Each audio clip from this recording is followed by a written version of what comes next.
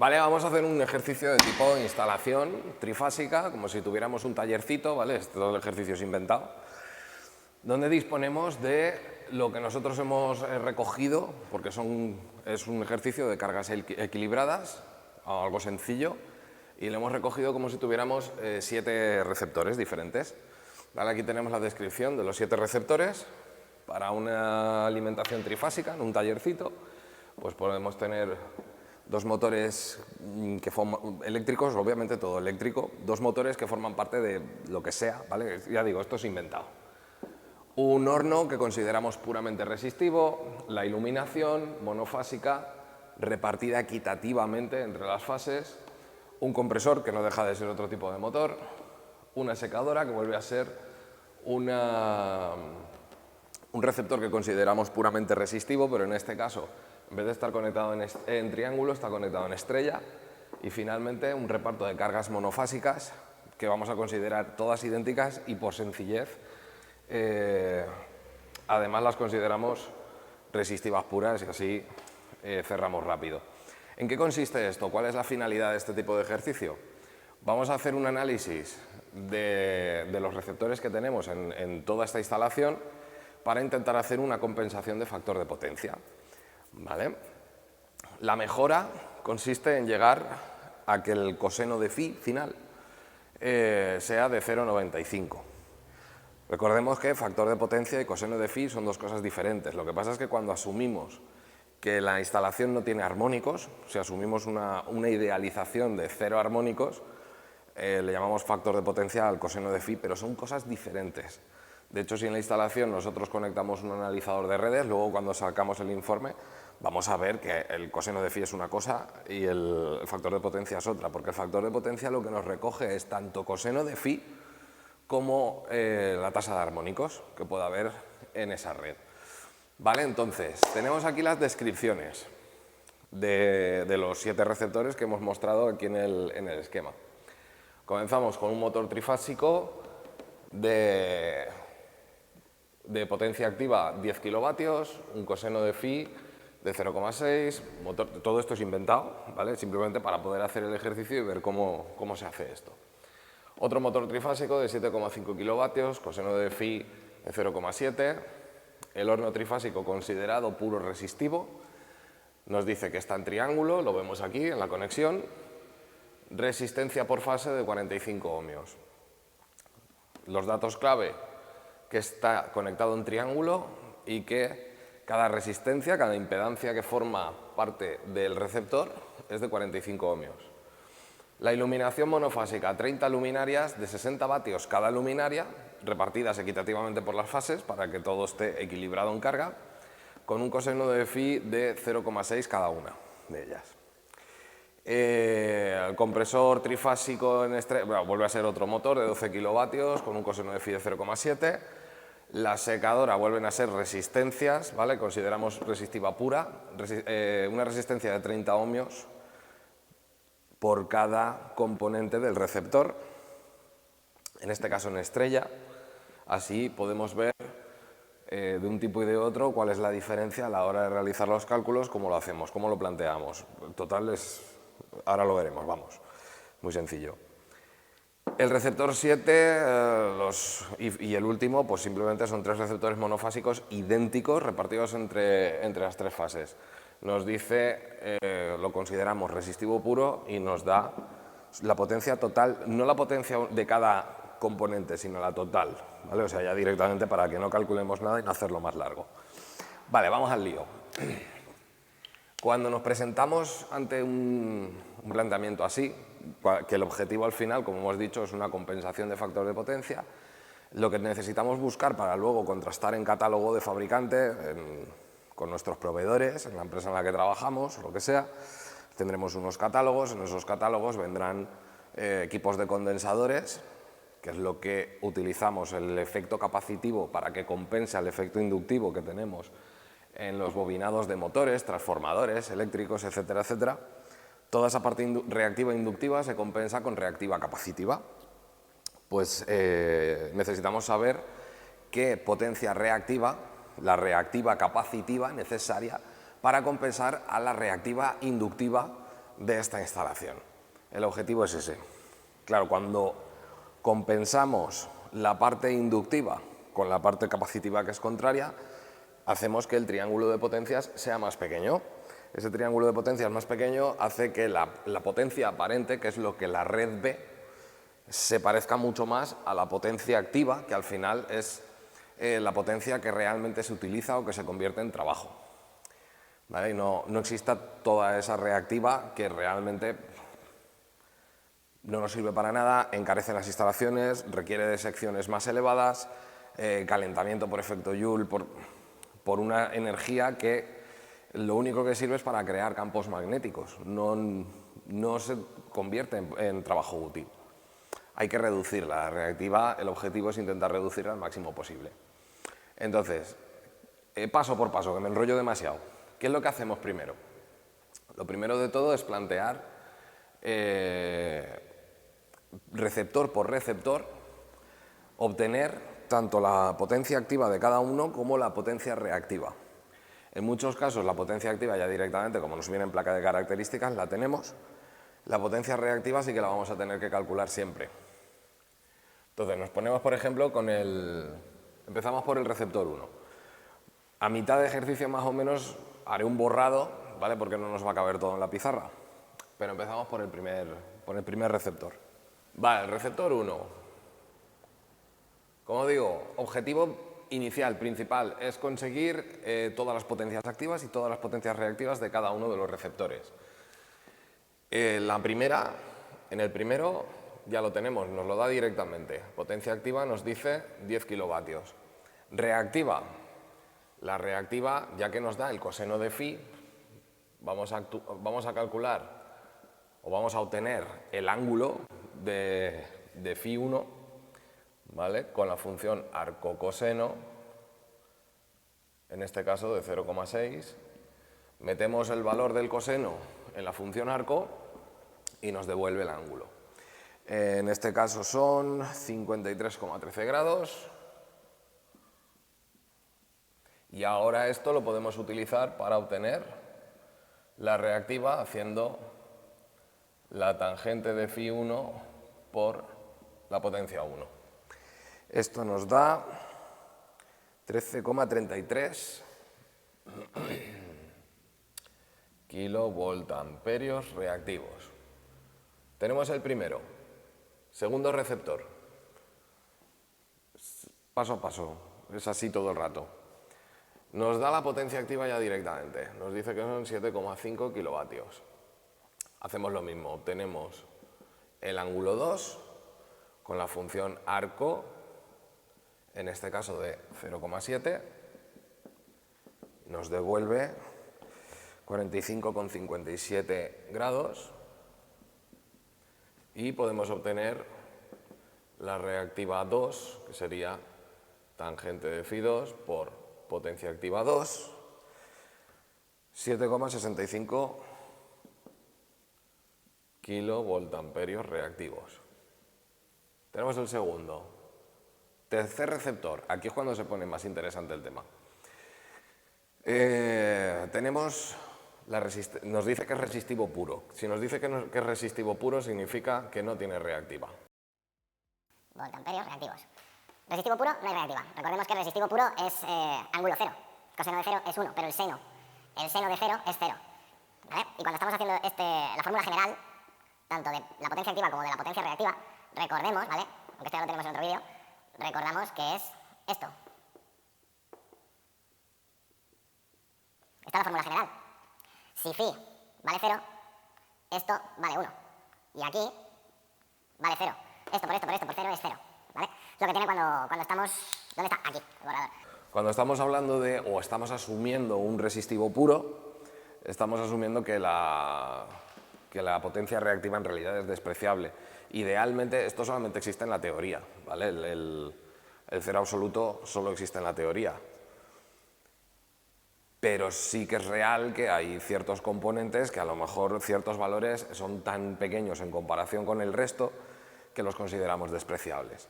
En este caso, por eso asumimos que al ser puro resistivo, Cuando vemos que un elemento lo consideramos puro resistivo, ya sabemos que la energía reactiva, o sea que la potencia reactiva, perdón, es de 0 voltamperios reactivos. Ahora, la potencia activa. La potencia activa con la resistencia es como vamos a calcular nosotros la potencia activa. ¿Cómo? Ley de Ohm. Lo primero de todo, hay dos valores que ya tenemos, ¿vale? Que es la resistencia y que está conectado en triángulo. Si está conectado en triángulo, lo que trabajamos, ¿vale? Al ser un receptor en triángulo, al ser un receptor triángulo, vamos a imaginar que lo tenemos conectado así a las fases de la línea, lo que tenemos es que dentro de cada componente del receptor, la tensión, ¿vale? Entre este punto y este punto, por ejemplo, entre R y T, que son dos fases de la línea, que tenemos tensión de línea.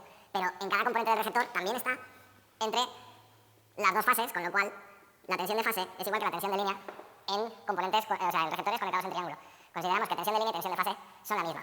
Ahora, las corrientes son distintas. La corriente de línea es la que circula por las líneas, ¿no? Pero cuando llega aquí, Kirchhoff, una parte se va por un lado, la otra se va por el otro. Aquí tenemos la diferencia entre corriente de línea y corriente de fase. Entonces, nosotros lo que vamos a calcular es, como sabemos, el valor óhmico, la resistencia de cada uno de estos componentes del receptor. ¿Qué tensión tenemos? Tenemos la tensión de línea y tenemos el valor de la resistencia, y lo que vamos a calcular, en este caso, esto me lo meriendo, lo que vamos a calcular es la corriente de fase, con la tensión de línea y con la resistencia. Como son cargas equilibradas, estamos haciendo un ejercicio de cargas equilibradas, es exactamente igual para las tres, el mismo consumo para las tres. Entonces tenemos que en conexión en triángulo está sometido, cada receptor de 45 ohmios está sometido a una diferencia de potencial de 400 voltios, lo que nos da una corriente de fase de 8,89 amperios. ¿Vale?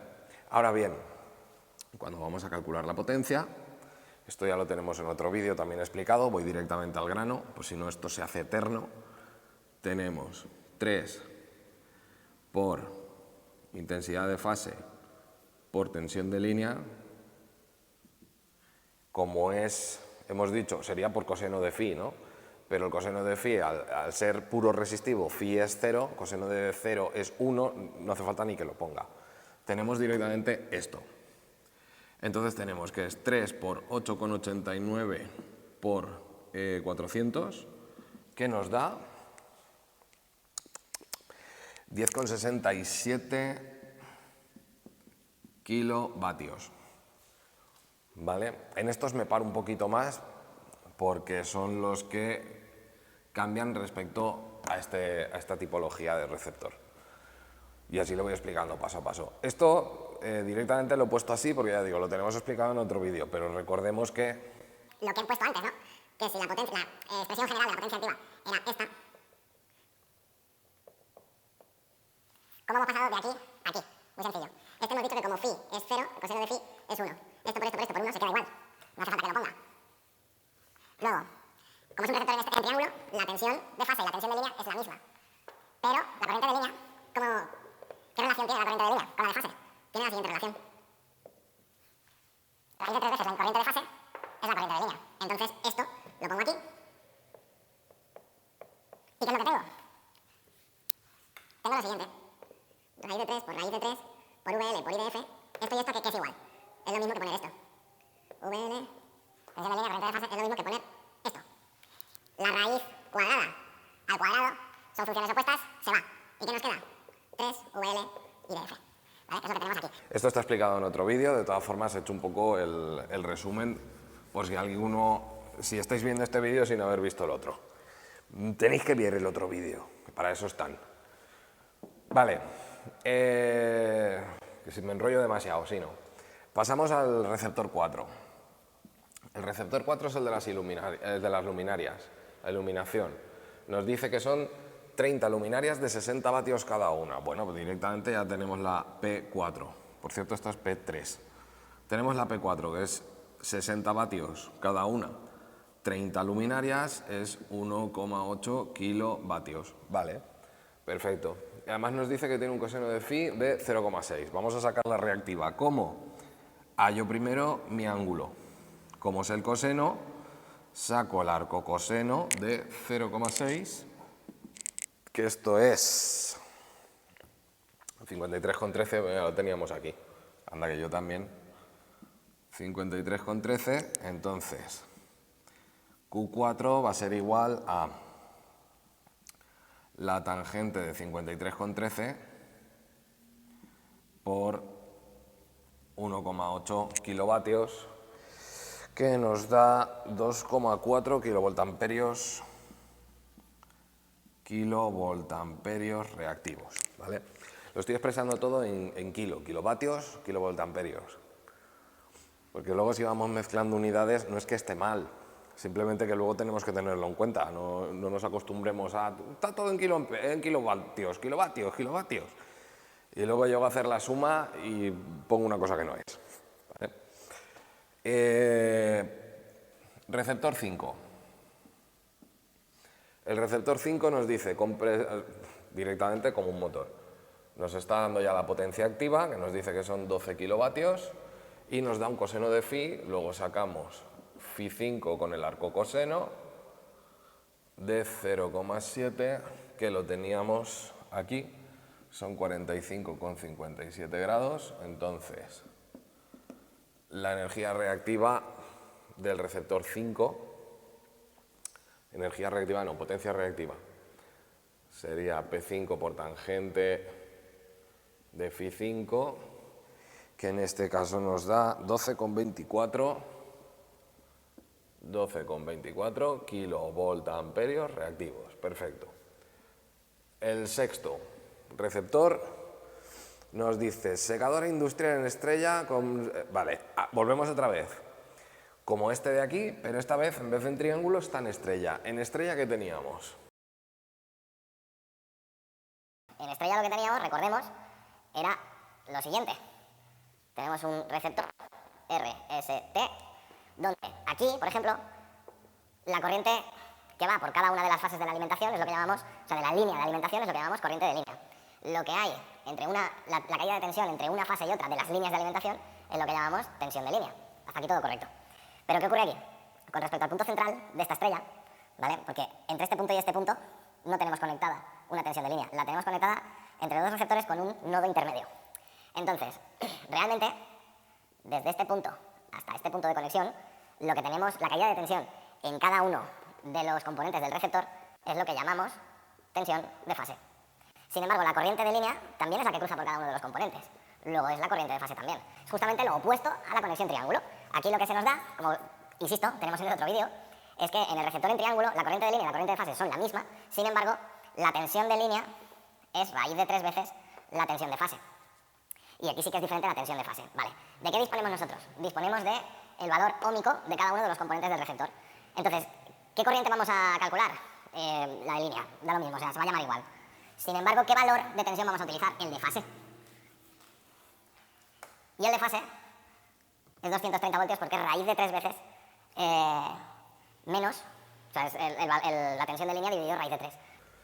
Entonces vamos a calcular la corriente de línea o de fase, me da lo mismo como le llamáis, porque es la misma en estrella, pero eso sí, aquí utilizamos la tensión de fase. Porque cada componente, repito, cada componente del receptor está conectado a tensión o sometido a tensión de fase, no de línea. En este caso son 230 dividido entre 30, ¿vale? Que esto nos da 7,67 amperios. Ahora con eso sí que calculamos la potencia del 3, no, del receptor 6. ¿Cómo? 3 por intensidad de línea por tensión de fase. Y pasa exactamente lo mismo que pasaba con la explicación de de donde ha salido, ¿vale? Aquí teníamos intensidad de fase por tensión de línea, aquí tenemos intensidad de línea por tensión de fase, pero vuelve a ser la misma relación y viene con la misma explicación. Si echamos para atrás el vídeo, en lugar de poner raíz de 3 por intensidad de fase, ponemos raíz de 3 por tensión de fase y empezamos a despejar y al final se nos queda otra vez así, ¿vale? Entonces, la diferencia entre cuando tenemos un receptor que consideramos puramente resistivo y nos da el valor de resistencia y lo tenemos en triángulo con respecto a cuando lo tenemos en estrella es que la corriente la calculamos con un valor de tensión diferente, ¿vale? Y eso luego se arrastra al cálculo de la potencia. Debemos tener en cuenta que cuando estamos en triángulo calculamos la corriente de fase con la tensión de línea, porque tensión de línea y tensión de fase es la misma en triángulo.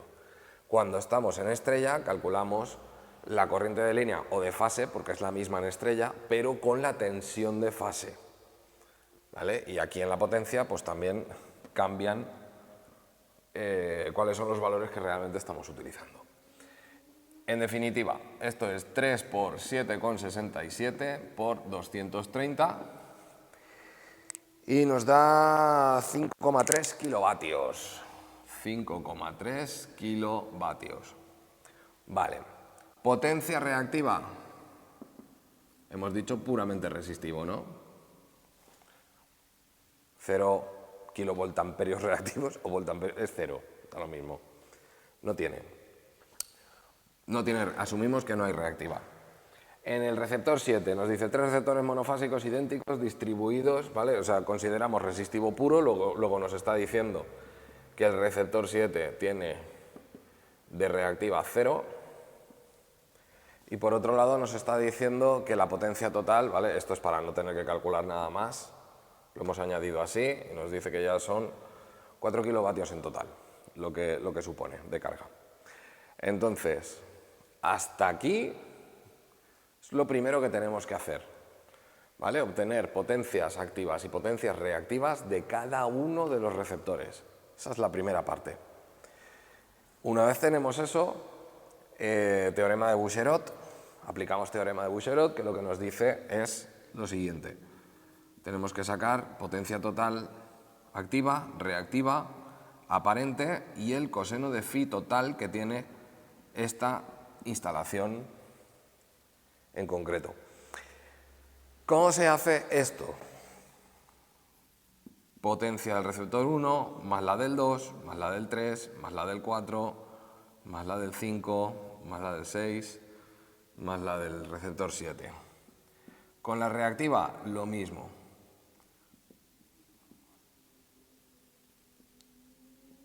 Aquí he puesto P's en vez de Q's. Más Q4, más Q5, más Q6, más Q7. Ahora, la aparente total, recordemos el triángulo de potencias, iba a decir de impedancias, aunque me da lo mismo. Representado así, tenemos la potencia activa hasta aquí, la potencia reactiva está en el cateto opuesto al ángulo y la aparente, que es lo que la red al final tiene que entregar, la potencia que tiene que entregar la red, es la hipotenusa en esa expresión. Luego tenemos que la potencia total al cuadrado más la reactiva al cuadrado es la aparente total. Y el coseno de phi total, el coseno que nos relaciona el cateto contiguo con la hipotenusa, ¿no? Cateto contiguo con hipotenusa. Bueno, pues directamente, como esos dos valores ya los tenemos, lo podemos sacar así. ¿Vale? Ponemos resultados, me cargo el triangulito porque si no, no me caben los números.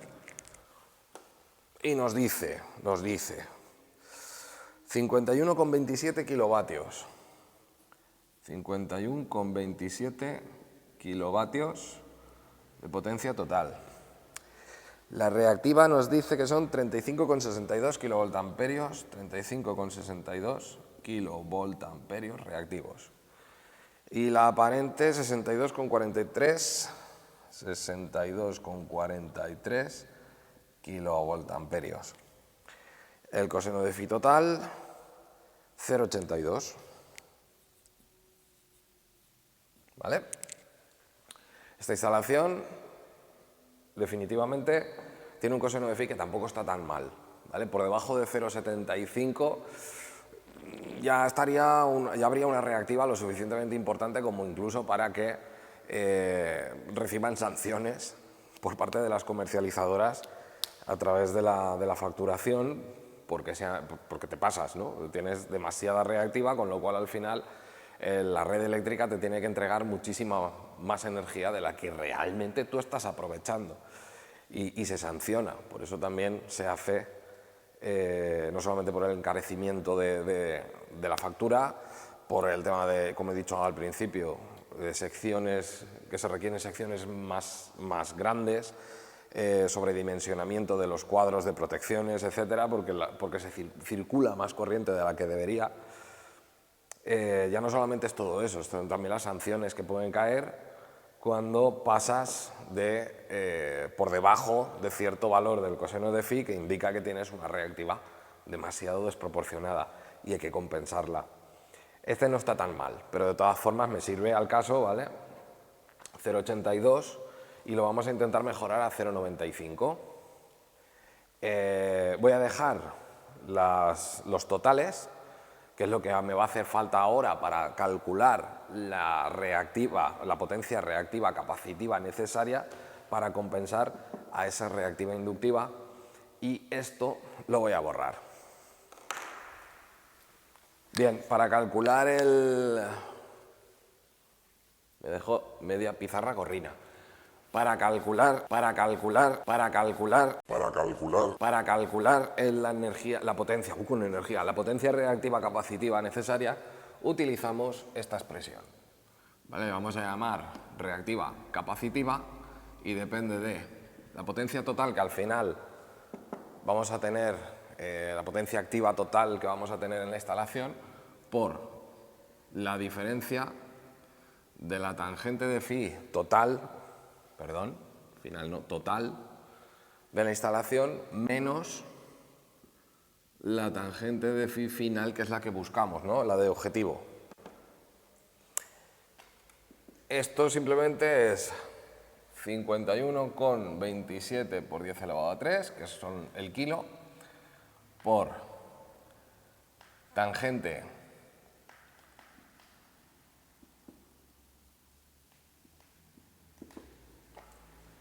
de qué valor angular y qué valor angular. Aquí nos vemos obligados a hacer esto. Volvemos otra vez. ¿Qué es lo que conocemos? Coseno y coseno, ¿no? Pues utilizamos la función arco para que nos devuelva el valor angular.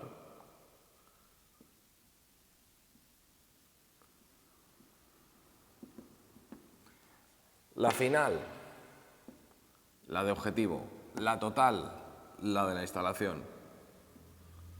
Esto nos da 34,79 y 19,18 o 18,19. 18,19.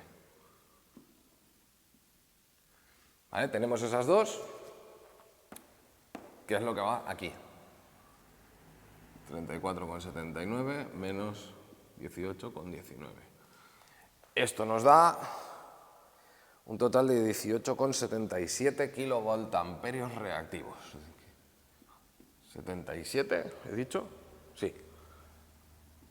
Kilovoltamperios reactivos, ¿vale? De la reactiva capacitiva necesaria para compensar la reactiva inductiva, lo suficiente como para pasar de un coseno de phi de 0,82 a un coseno de phi de 0,95, es lo que acabamos de calcular. Una vez tenemos este dato es con el que vamos a jugar en los catálogos comerciales. Pero vamos más allá. Ya que estamos hasta este punto, nos falta algo muy importante. Habrá que proteger de alguna manera al equipo capacitivo que vamos a instalar. Vamos a ponerle un magneto térmico, ¿por qué no? ¿Cómo lo hacemos?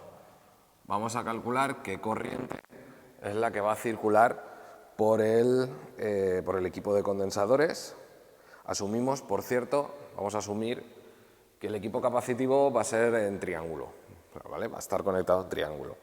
Entonces lo que utilizamos aquí es el valor de potencia reactiva que conocemos, raíz de 3, y como está en triángulo, por esto lo he dicho, tensión de línea. Porque la tensión de línea en triángulo ya hemos dicho que es la misma que la tensión de fase.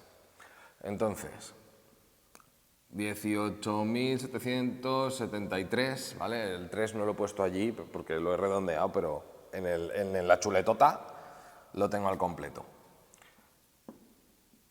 Dividido raíz de 3 por 400. Esto nos da una corriente de 27,1 amperios. 27,1 amperios. No acaba aquí, no vamos a buscar un magneto térmico que tenga más o menos esta corriente, ¿vale? Tenemos que aplicar por normativa, la normativa IEC, etcétera, tenemos que aplicar un factor para obtener la intensidad o el calibre de la protección, le voy a llamar así, ¿vale? Le aplicamos un factor de corrección de 1,3, aprox. ¿Vale? Esto nos da 35,23 amperios. ¿Tenemos un magneto térmico comercial de 35,23 amperios? No. Tenemos que ir al inmediato superior que exista en valor comercial. Es decir, un magneto térmico de 40 amperios. De 3 polos, porque estamos hablando de que es un equipo de condensadores trifásico, luego necesitamos el corte omnipolar en los 3 polos, y luego aparte de qué tipo de curva. Cuando hablamos de magnetotérmicos tenemos curva B, curva C, curva D, ¿qué curva? Los condensadores, en el arranque, ¿vale? Cuando el equipo capacitivo de compensación entre en juego, manejan picos de intensidad muy elevados en los arranques, o sea, en los inicios y en las conexiones y desconexiones, no me salía la palabra. En conexiones y desconexiones hacen picos de corriente muy elevados. De alguna manera tenemos que evitar que el magneto térmico lo confunda con un fallo de cortocircuito, ¿vale? Un pico de intensidad puntual extremadamente elevado. ¿Cómo hacemos eso? Con una curva de disparo más laxa. Entonces, para este tipo de equipos utilizamos un curva D. Entonces, aquí tenemos el magneto térmico y aquí tenemos el valor de la reactiva capacitiva que necesitamos buscar para nuestro equipo.